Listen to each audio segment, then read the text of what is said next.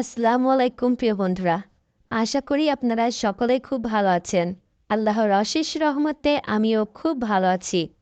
আমি সাবিনা ইয়াসমিন আবার চলে এলাম ভয়ঙ্কর সত্যি ভৌতিক ঘটনা নিয়ে। আজকের ঘটনায় রয়েছে একটি বাস স্ট্যান্ডের ঘটনা। তো অবশ্যই আপনারা পুরোটা শুনবেন এবং আমাদের সাথে থাকবেন। এই ঘটনাটা খুব বেশি পুরনো না। উত্তরবঙ্গের এক ছোট্ট শহরের কথা। শহরের শেষ মাথায় একটা বাস স্ট্যান্ড আছে। দিনে লোকজনের ভিড়, কিন্তু রাত 10টার পর প্রায় ফাঁকা। রাশিদ নামের এক লোক প্রায় ওই স্ট্যান্ড দিয়ে রাত করে বাড়ি ফিরত। সেদিনও রাত 11:30টার দিকে সে বাস থেকে নামল। বাতিগুলো তখনও জ্বলছিল, কিন্তু আশপাশে মানুষ ছিল না। হঠাৎ সে লক্ষ্য করল একটা লোক বেঞ্চে বসে আছে। অস্বাভাবিক কিছু না, কিন্তু যত সামনে এগোচ্ছে তত অদ্ভুত লাগছে। লোকটা একদম চুপচাপ, নড়ছে না, কথা বলছে না, মোবাইলও দেখছে না, শুধু সোজা সামনে তাকিয়ে বসে আছে। রাশেদ পাশ কাটতে গিয়েও হঠাৎ থেমে গেল, কারণ লোকটার চোখ খোলা, কিন্তু যেন কিছুই দেখছে না। রাশেদ নিজেকে বোঝালো হয়তো ঘুমাচ্ছে বা অসুস্থ। দ্রুত হেঁটে বেরিয়ে গেল। পরদিন সকালে বাজারে চা খেতে গিয়ে সে শুনল গত রাতেই বাস স্ট্যান্ডে এক বয়স্ক লোক হার্ট অ্যাটাকে মারা গেছে। লোকটা নাকি বেঞ্চেই বসেছিল, কাউকে কিছু বলার সুযোগই পায়নি। রাশেদের বুক ঠান্ডা হয়ে গেল কথাটি শুনে। সে জিজ্ঞেস করল, কয়টার দিকে এই ঘটনাটি ঘটল? চায়ের দোকানদার বলল 10:45-এর পর। লোকজন তখন কম ছিল। রাশেদ কিছু বলল না, কিন্তু সে একটা কথা কাউকে বলেনি। গতরাতে লোকটার পাশ দিয়ে যাওয়ার সময় সে স্পষ্ট শুনেছিল খুব নিচু স্বরে কেউ বলছে, এখনো কেউ দেখছে না আমাকে। বাস স্ট্যান্ডটা এখনো আছে, বেঞ্চটাও আছে, কিন্তু রাশেদ আর কখনো রাতে ওই রাস্তা দিয়ে যায় না। রাশেদ এরপর কয়েকদিন স্বাভাবিক থাকার চেষ্টা করছিল। নিজেকে বোঝাচ্ছিল মানুষের মস্তিষ্ক ক্লান্ত থাকলে অনেক কিছু ভুল শোনে, ভুল বুঝতে পারে, কিন্তু একটা জিনিস সে এড়াতে পারছিল না। রাশেদ রাতে ঘুমাতে গেলে হঠাৎ করে তার কানে ভেসে আসতো বাস স্ট্যান্ডের সেই নীরবতা, দূরের রাস্তার আলো, ফাঁকা বেঞ্চ, আর অকারণ একটা চাপা শ্বাস নেওয়ার শব্দ। এক রাতে সে খেয়াল করল জানালার পাশে দাঁড়িয়ে থাকলে দূরের রাস্তা দেখা যায়। ঠিক সেই আলো আধারের ভেতর দিয়ে শেষ বাস স্ট্যান্ডের দিকটা। হঠাৎ তার মনে হলো ওখানে কেউ বসে আছে, খুব স্পষ্ট না, ছায়ার মতো, কিন্তু বসার ভঙ্গিটা অচেনা না। রাশেদ চোখ সরিয়ে আবার তাকালো, কিছুই নেই। পরদিন সে সাহস করে আবার বাস স্ট্যান্ডের পাশ দিয়ে গেল দিনে। বেঞ্চটা এখনো খালি, কিন্তু বেঞ্চের পেছনের দেয়ালে একটা কথা খোদাই করা, দেখার মতো কেউ ছিল না। কথাটা পুরনো, অনেক আগেই লেখা, তবুও রাশেদের হাত ঠান্ডা হয়ে গেল। সেদিন সন্ধ্যায় চায়ের দোকানদারকে সে জিজ্ঞেস করল, ওই বেঞ্চে কি আগেও কেউ মারা গিয়েছিল? দোকানদার কিছুক্ষণ চুপ করে থেকে বলল, মারা যাওয়া বড় কথা নাই, আসল কথা হলো ওখানে বসে থাকা লোকজনকে অনেকেই শেষ মুহূর্তে লক্ষ্যই করে না। রাশিদ আর কিছু শোনেনি, চা না খেয়েই উঠে পড়েছিল। এখনো কেউ কেউ বলে রাত বেশি হলে বাস স্ট্যান্ডে গেলে মনে হয় কেউ যেন বসে আছে। কেউ কথা বলে না, কেউ হাতও নাড়ে না, শুধু মনে করিয়ে দেয় ভিড় না থাকলেই যে মানুষ একা থাকে তা না। রাশেদ এরপর থেকে সময়ের দিকে খুব খেয়াল রাখতে শুরু করল। রাত 10টার আগেই বাস ধরার চেষ্টা করত, কিন্তু একদিন অফিসের কাজ বেশি হওয়ায় আর উপায় রইল না। ঘড়িতে তখন 10টা 25। বাস স্ট্যান্ডে ঢুকতেই তার প্রথম যেটা চোখে পড়ল, বেঞ্চটা খালি। অকারণে সে স্বস্তি পেল, কিন্তু পরের মুহূর্তেই বুঝল স্বস্তিটা কেন যেন ঠিক নয়। কারণ আলোটা জ্বলছে, কিন্তু বেঞ্চের নিচে ছায়া পড়ছে না।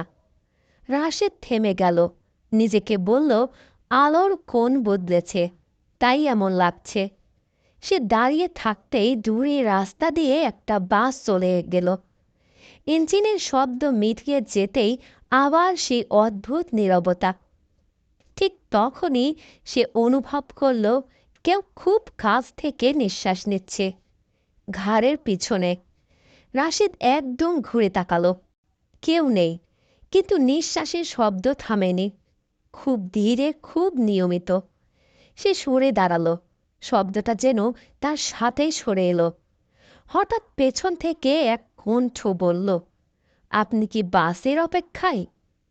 এইবার কণ্ঠটা পরিষ্কার, স্বাভাবিক, একজন মাঝবয়সী লোক দাঁড়িয়ে। রাশেদ তখনই বুঝল নিঃশ্বাসের শব্দটা তার নিজের। লোকটা আবার বলল, এই বেঞ্চে বসবেন না, রাতে ঠান্ডা লাগে। রাশেদ কিছু জিজ্ঞেস করার আগেই লোকটা হেঁটে চলে গেল। বাস এলো, রাশেদ উঠে পড়ল। চলন্ত বাসের জানালা দিয়ে সে আবার তাকালো বাস স্ট্যান্ডের দিকে। বেঞ্চটা তখনও খালি, কিন্তু বেঞ্চের ঠিক পেছনে দেয়ালে খোদাই করা লেখাটার নিচে নতুন একটা দাগ দেখা যাচ্ছিল, চকের মতো সাদা। সে পড়তে পারেনি কি লেখা। পরদিন সকালে সেই দাগ আর ছিল না, কিন্তু রাশেদ লক্ষ্য করল তার ফোনে আগের রাতের একটা অডিও রেকর্ড আছে, 10 সেকেন্ডের। সে কখনো রেকর্ড চালু করেনি। অডিওটা চালালে শুধু একটা জিনিস শোনা যায়, দুজন মানুষের শ্বাস, একটা নিয়মিত, আরেকটা একটু দেরিতে। রাশেদ অডিওটা কয়েকবার শুনল, দুটো শ্বাস, একটা তার নিজের, সেটা সে চিনতে পারল, আরেকটা খুব কাছের, কিন্তু তাল মিলছে না। সে অডিওটা ডিলিট করে দিল, নিজেকে বোঝালো ভুলে যাওয়াই ভালো। কয়েকদিন পর সে লক্ষ্য করল রাতে ঘুমোতে গেলে শ্বাসের হিসাবটা আবার শুরু হয়। ঘরে একা, তবু মনে হয় কেউ যেন তার নিঃশ্বাস গুনছে। এক রাতে সে হঠাৎ জেগে উঠল। ঘড়িতে তখন 10:45 বাজে। এই সময়টাই বারবার ফিরে আসে, বাস স্ট্যান্ডের লোকটার সময়। রাশেদ উঠে বসে রুমের আলো জ্বালালো। সব কিছু স্বাভাবিক ছিল, কিন্তু আয়নার সামনে দাঁড়িয়ে সে একটা বিষয় বুঝতে পারল। তার শ্বাস নেওয়ার সাথে আয়নায় ভেসে ওঠা বাষ্পটা একটু দেরিতে উঠছে, খুব সামান্য দেরি, তবু চোখে পড়ার মতো। সে মুখ ঘুরিয়ে নিল। সেদিন থেকেই রাশেদ একটা কাজ করে, রাতে জানালার পর্দা পুরো টেনে দেয়, বাস স্ট্যান্ডের দিকটা আর দেখে না। কিন্তু তাতেও সব শেষ হয়নি। শেষ যেদিন সে ওই রাস্তায় গিয়েছিল সেটা দিনের বেলা ছিল। বেঞ্চটা তখন সরিয়ে নেওয়া হচ্ছিল। কৌতূহল চাপতে না পেরে সে জিজ্ঞেস করল, বেঞ্চটা কেন? একজন শ্রমিক বলল, এই জায়গায় মানুষ বসে থাকতে চায় না আর। কেন? রাশেদ জিজ্ঞেস করল। লোকটা কাঁধ ঝাঁকিয়ে বলল, কারণ বসলে মনে হয় আর একজনও বসে আছে।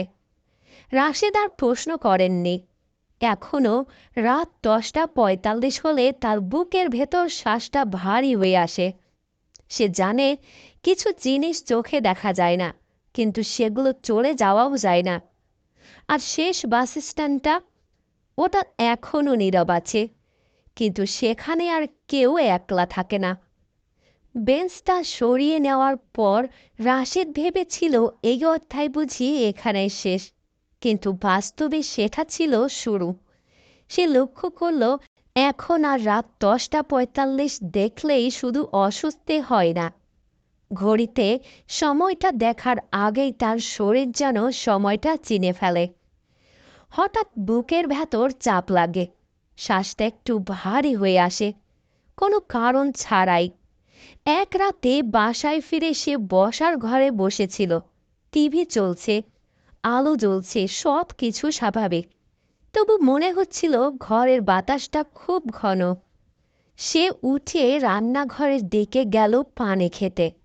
পেছন ফিরে তাকাতেই তার নিজের বসার জায়গাটা এক মুহূর্তের জন্য অদ্ভুত লাগল। যেন সে সেখান থেকে ওঠেনি, যেন কেউ এখনো সেখানে বসে আছে, একেবারে একই ভঙ্গিতে। রাশেদ নিজের উপর বিরক্ত হলো, নিজেকে বলল এইসব ভাবনা বন্ধ করো। কিন্তু ভাবনা বন্ধ হলেই অনুভূতিটা থামল না।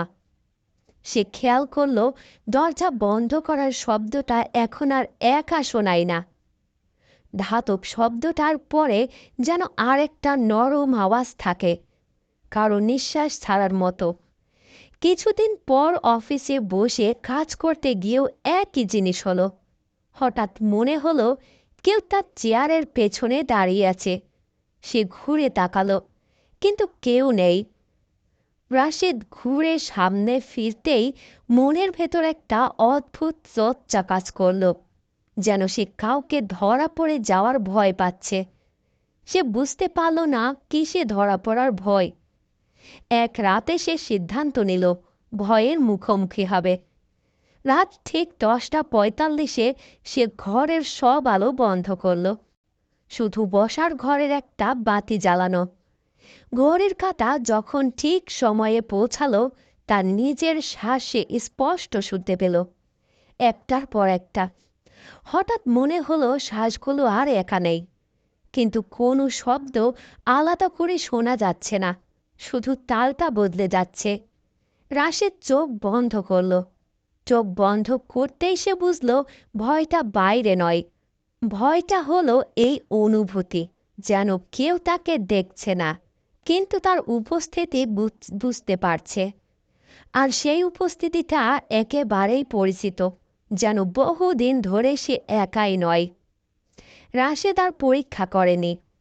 ভয়ের মুখোমুখি হওয়ার ইচ্ছেটাও একসময় ক্লান্ত হয়ে পড়ে। সে ধীরে ধীরে তার জীবনটা গুছিয়ে নিল।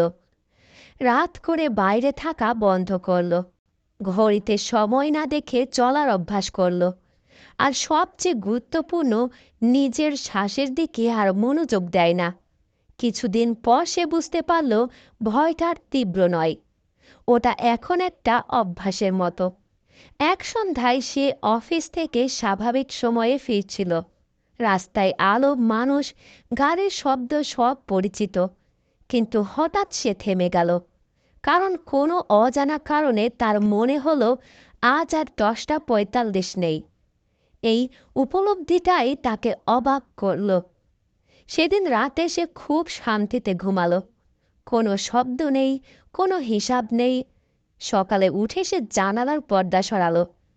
দূরে শেষ বাস স্ট্যান্ডের দিকটা দেখা যায়, বেঞ্চটা আর নেই, খালি জায়গাটা রোদে স্পষ্ট। রাশেদ কিছুক্ষণ তাকিয়ে রইল, তারপর ধীরে পর্দাটা নামিয়ে দিল।